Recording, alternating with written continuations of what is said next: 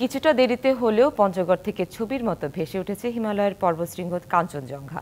সূর্যের আলোকছটায় ক্ষণে ক্ষণে রং পাল্টে মোহনীয় রূপ ছড়াচ্ছে, আর তা দেখতে শীত উপেক্ষা করে এ জেলায় ভিড় করছে দেশের বিভিন্ন প্রান্তের পর্যটক। ভোরের আলো ফুটতেই পাহাড় চূড়ায় আলোকছটা, অন্ধকারের মধ্যেই উত্তরের আকাশে চকচক করতে থাকে কাঞ্চনজঙ্ঘা। ভোরে পোড়ামাটির রঙের দেখালেও বেলা বাড়ার সাথে সাথে কিছুটা ঝাপসা হয়ে আসে। কাঞ্চনজঙ্ঘাকে তখন দূর থেকে দেখে মনে হয় এক টুকরো মেঘ ঠায় দাঁড়িয়ে আছে। সূর্যকিরণের তারতম্যের কারণে কখনো লালচে, কখনো বেগুনি রঙের আভায় মোহনীয় হয়ে ওঠে হিমালয়ের দ্বিতীয় পর্বতশৃঙ্গটি। হাজার মাইল দূরে হলেও অক্টোবরের মাঝামাঝি থেকে নভেম্বরের মাঝামাঝি পঞ্চগড় থেকে দেখা মেলে মনোমুগ্ধকর কাঞ্চনজঙ্ঘা। তবে এবছর কিছুটা অপেক্ষার প্রহর গুনতে হয়েছে পর্যটকদের।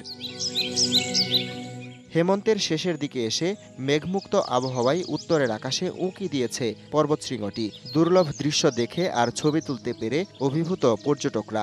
শিয়া বাটার ও ভিটামিন ই সমৃদ্ধ Lily Glam beauty soap. Lily, always beautiful. কাঞ্চনজঙ্ঘাটি অনেক সুন্দরভাবে তেঁতুলিয়া ডাকবাংলা থেকে দেখতে পেলাম। আসলে পাসপোর্ট ভিসা ছাড়াই বাংলাদেশ থেকেও যে কাঞ্চনজঙ্ঘা দেখা সম্ভব, সেটা তেঁতুলিয়াতে না আসলে কেউ বুঝতে পারবেন না। এটা আসলে ভাগ্যের বিষয় যে পৃথিবীর তৃতীয় উচ্চতম পর্বতশৃঙ্গ কাঞ্চনজঙ্ঘা হিমালয় এই জায়গা থেকে স্পষ্ট দেখা যায়।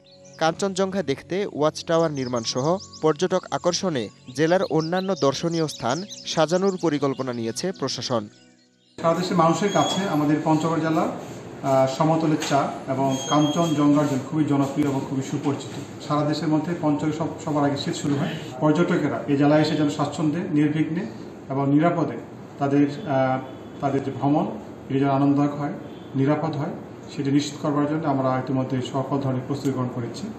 তেঁতুলিয়া ডাকবাংলো সংলগ্ন মহানন্দা নদীর তীর, শালবাহান ও বোড়াবুড়ি ইউনিয়নের সীমান্তবর্তী গ্রামগুলো এবং সদর উপজেলার টিটিহিপাড়া থেকে সবচেয়ে ভালো দেখা যায় কাঞ্চনজঙ্ঘা। DBC news desk.